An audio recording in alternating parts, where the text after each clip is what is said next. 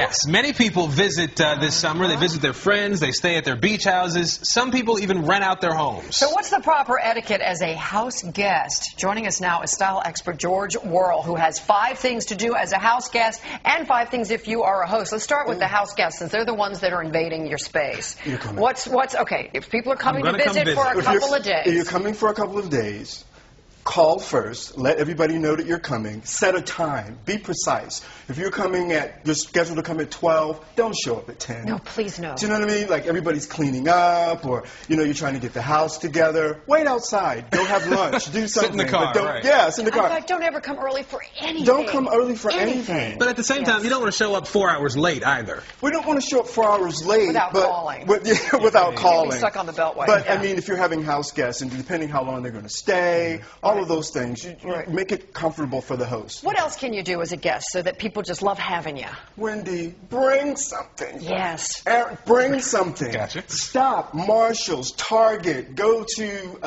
the coffee shops, get a little card, bring a little something. Maybe like Hillary Clinton just got a picture of she and Chelsea when they were on tour, and it was given as a gift. But know the people that you're coming to visit. You should know, how they are and what they would like. Yeah, flowers and booze are always welcome at my house. Oh, right. Yeah. That's a good thing. Yeah, together. Yes. Yeah. Just to say thank you. And what else? Okay, Number that's 3. What you got? So you can come and then, have a time that you're going to be there. Do you know, like the length of time? Okay. The host and the guest should know. Like, if you're coming to my house, 3 days to a week tops. Do you know what I mean? Because people may have to go to work. I had a friend, he was in town, was going to stay for one night, ended up being another night, then another night, and I never said anything. What you should have said was, hey, rent is due, at the end of the month. Check, yeah. Right. But, I mean, you don't want to be intrusive. You have things to do at the end of the day. You want to come home. Who wants to come home and somebody's laying on the couch like, hey, can you hand me the remote? No. I'm working and you're at my home. Yeah. Can you leave? What else? Well, you come in. You also want to make sure that you bring something, that you're a good house guest. That you're not like, hey, it's clean.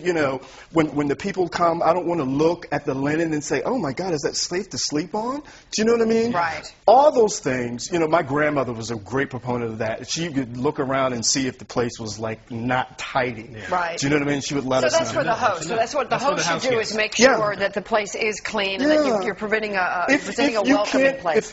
Well, first of all, you shouldn't have anyone to your house if the house is not clean. Right. If you don't have time, engage a service. It's very easy. Or call some friends, order some pizza, and say, help me clean my house. I have people coming over. Right. What else? The host should also, you say, roll out the welcome mat? Roll out the welcome mat. Like, primarily grew up in the South. I mean, I'm from New Jersey, but we grew up in the South. Yeah.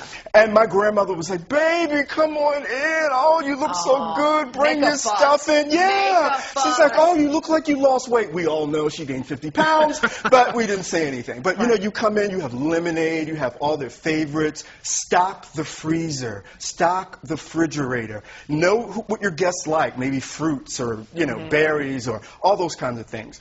Also, too, as a guest, if you're going to be there any length of time, like 3 days to a week, take them out.